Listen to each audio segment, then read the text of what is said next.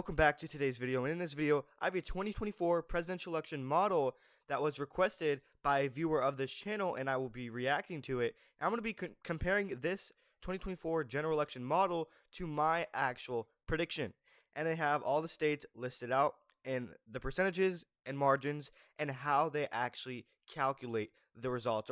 So here's a preview of the model before we actually start the video.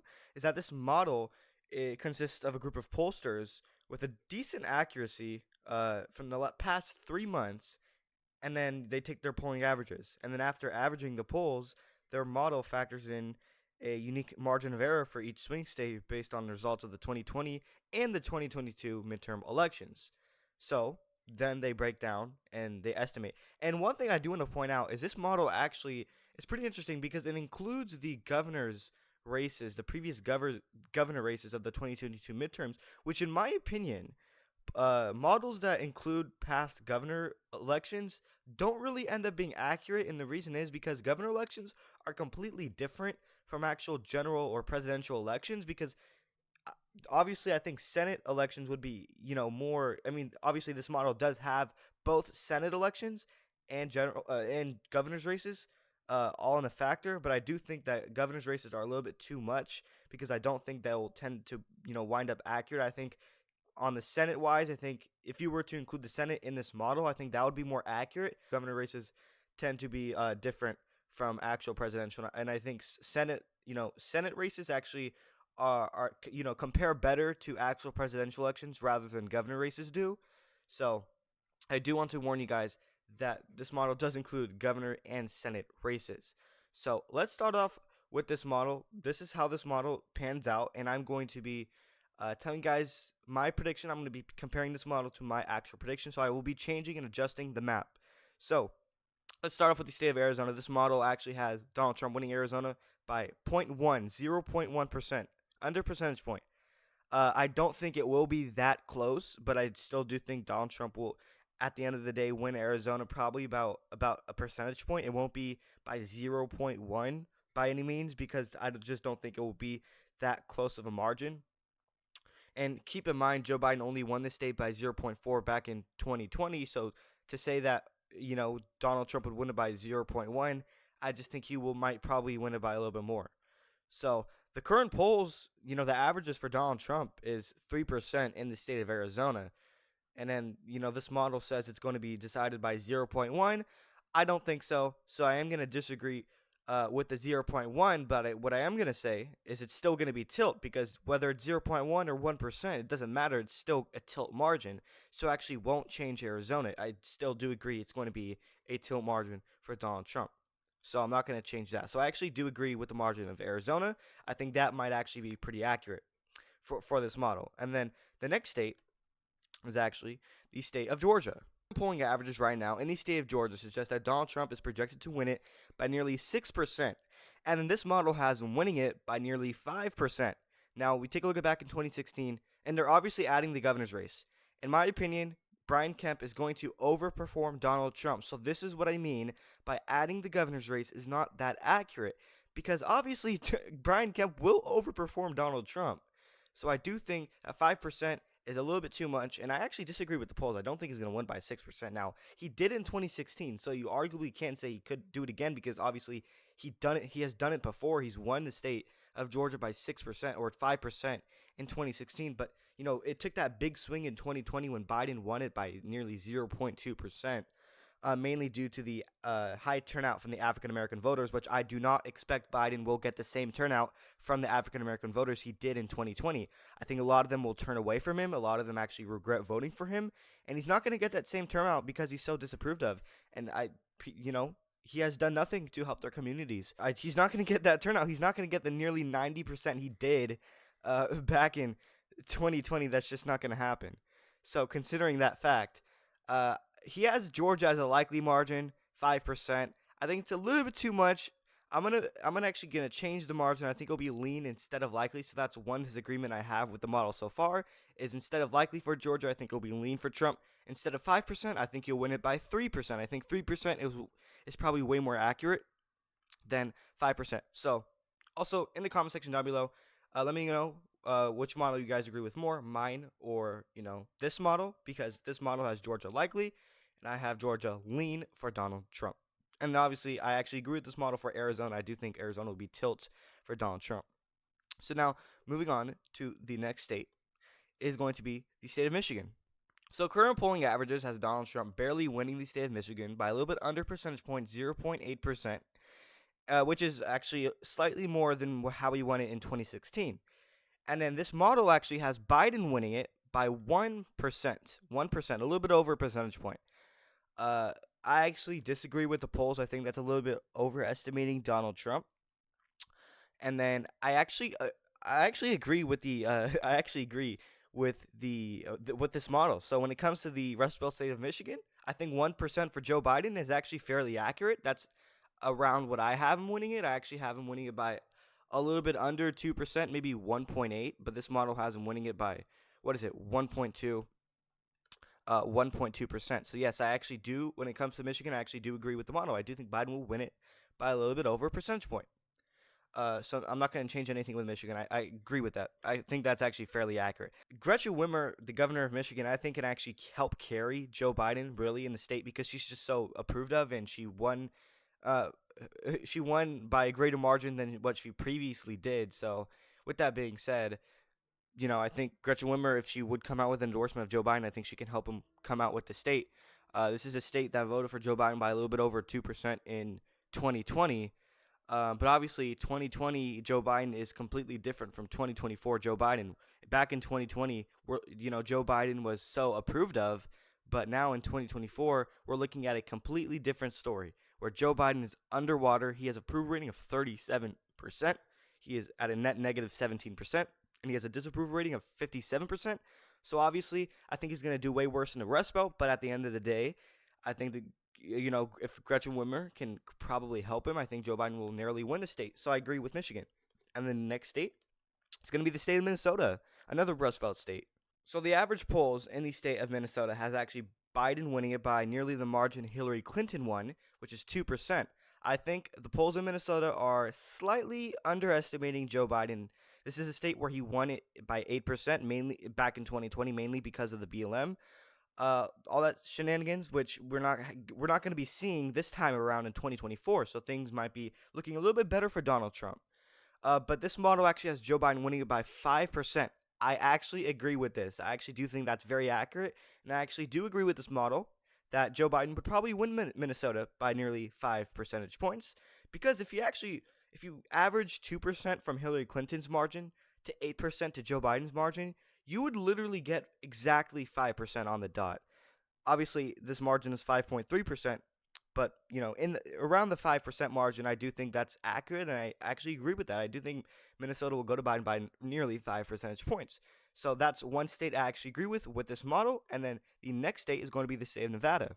Polling averages has Donald Trump winning the state of Nevada by nearly 3.5 percentage points. Now, as we all know, polls in Nevada typically overestimate Republicans and underestimate Democrats. We saw that as an example in the 2022 midterms.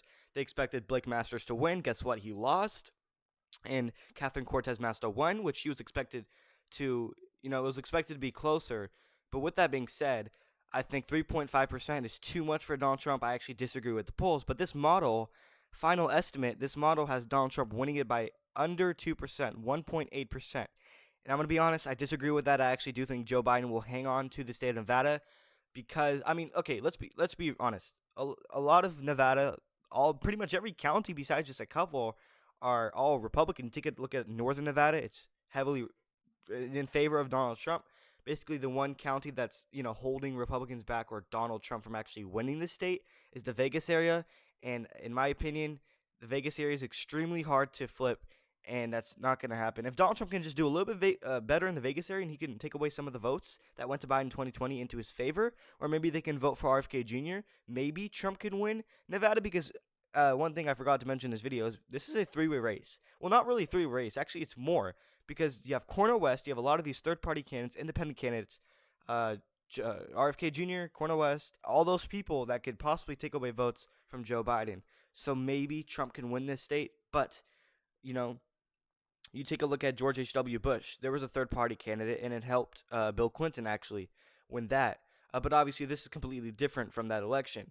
But with that being said, I actually disagree. I do think Joe Biden will slightly win the state of Nevada by a tilt margin of probably under a percentage point. That's how close it would be. And now you take a look at the recent shifts, the trends of Nevada, and futuristic wise, it favors Republicans.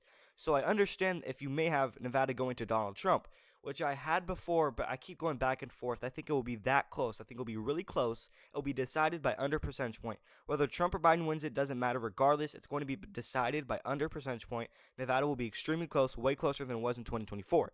Now, the thing why main reason why I had Nevada going to Joe Biden is because number one, the Vegas area, it's so hard to, the Vegas area is holding Trump back from winning it. That's number one. Number two, as you take a look at Hillary Clinton's margin compared to Joe Biden's margin, it was basically the same. Donald Trump did not do any better from Hillary Clinton's margin, and they both won it by 2%. So considering that factor, I think at the end of the day, Nevada, Trump might come up short, but it will be close. So that's one state that's another state I actually disagree with. State is going to be the state of North Carolina. Polling averages has Donald Trump winning the state of North Carolina by 6%. That is crazy. I don't think he's going to win it by 6%. I don't think any of us have Trump winning it by 6%. I don't think that's going to happen. Now, this this model has Trump winning it by 5 percentage points. I also do think that's overestimating Trump's support in North Carolina. Biden did a little bit exceptional. He did pretty good in 2020. Trump only won it by a margin of 1.5 percentage points. So with that being said, I mean Biden has a chance, but not really. Even though I disagree with Biden winning it by 5%, which is what this model has, Trump winning it by 5%, which is what this model has Trump winning it by, I still don't think Biden has a shot in North Carolina. I think if Biden were to win North Carolina, his best chances were in 2020, and he came up short. So I think Biden's going to come up short once again in 2024 with the state of North Carolina by, I think, 5%. For this model, and the polls say 6% is completely not accurate. I don't think that's going to happen. Instead of likely, I actually disagree with that. I think it'll be lean for Donald Trump. I think he'll win it by about 3 percentage points. I think 3% is fair to say. Similar to the margin he won it in 2016 by. I think 5 or 6% is way too. I think that's a reach. I don't think Donald Trump's going to win it by that much. Maybe 3%. Obviously, he will improve from his 2020 margin, similar to his 2016 margin. That's where we are with North Carolina. I disagree with that. I think that's overestimating Donald Trump. Now, the next state is the Rust Belt state of Pennsylvania. So current polling averages has Donald Trump a narrow favor of the state of Pennsylvania by nearly 2 percentage points.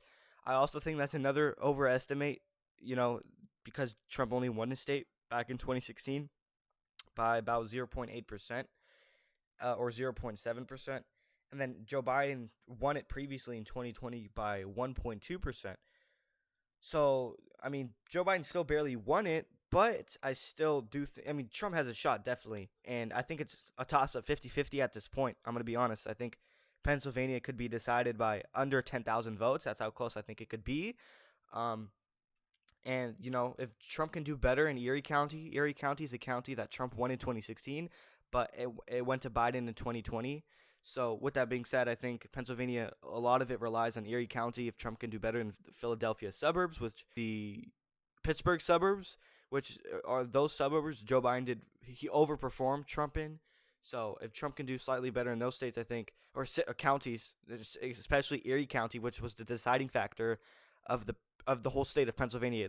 That one county was Erie County, and it was a tipping point for Trump in 2016, and Erie County was a tipping point for Biden in 2020. So I think it all relies on Erie County.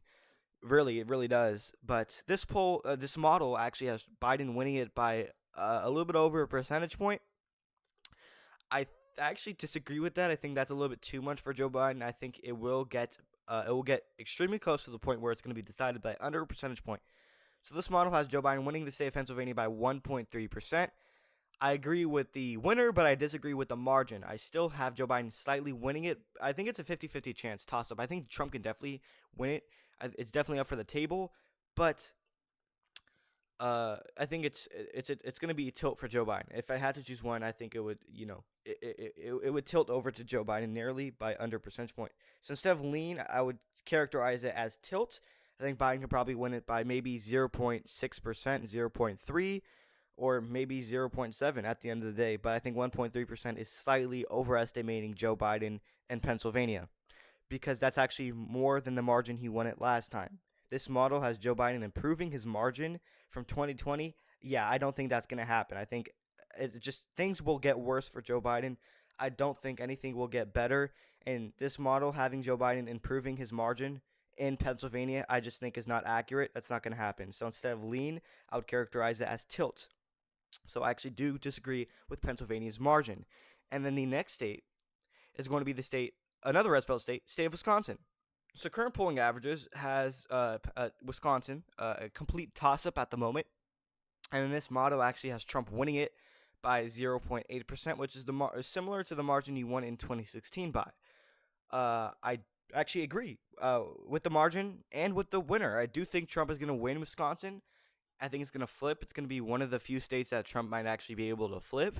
And then I also agree that it's going to be tilt. So I don't really have disagreements with the state of Wisconsin. So I'm actually going to agree with that. At the end of the day, this model had Trump winning with 277 electoral votes to Joe Biden's 259. And before I close out this video, I do want to change a couple of states with their margins. This model has Utah in a likely column for Donald Trump. That's not going to happen. That's just not going to happen.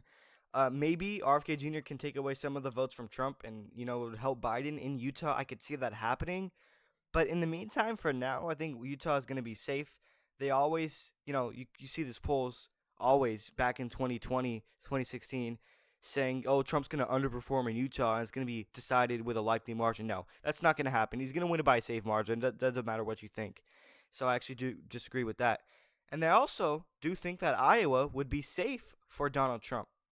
This model has it likely. I do think Iowa is going to be a safe state heading into the future. And especially in the Trump era, Iowa is pretty much safe at this point. Every single county voted for Trump in the Iowa caucuses, besides one, and that was decided by one voter. So with that being said, Iowa is a safe state in my mind for Donald Trump. And actually, I'm going to leave Ohio likely for now. I think that is pretty much likely. I don't think it's safe at the moment. And then as for Florida and Texas, I think those are likely, so I actually agree with those.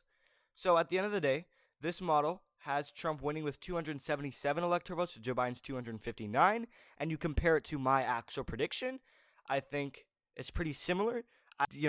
Nebraska's 2nd Congressional District and Maine's 2nd Congressional District are not filled out in this model.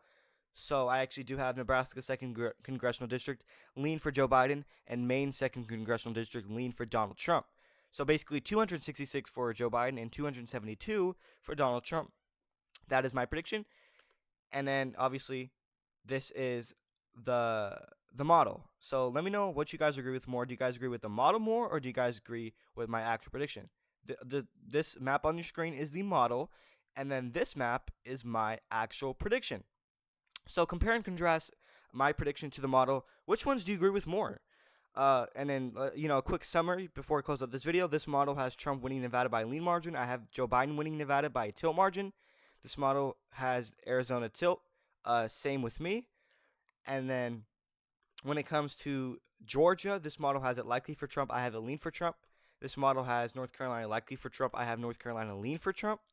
And this model has Minnesota by 5% for Biden, and I actually agree with that. And then this model has Wisconsin tilt for Trump, and same with me. This model has Michigan lean for Joe Biden, and I have it lean for Joe Biden as well. So I actually agree with that. And this model has Pennsylvania lean for Donald Trump, or Joe Biden lean for Joe Biden. I actually disagree with the margin, but I still do think Biden would win it at the end of the day. I have it tilt for Joe Biden. So let me know your guys' thoughts and opinions on the model compared to my actual prediction in the comment section down below. And which map do you align with more? Do you align with the model more, or do you align with my actual prediction? So, and don't forget to subscribe, as we are approaching 1,000 subscribers, and we do have channel memberships. The link to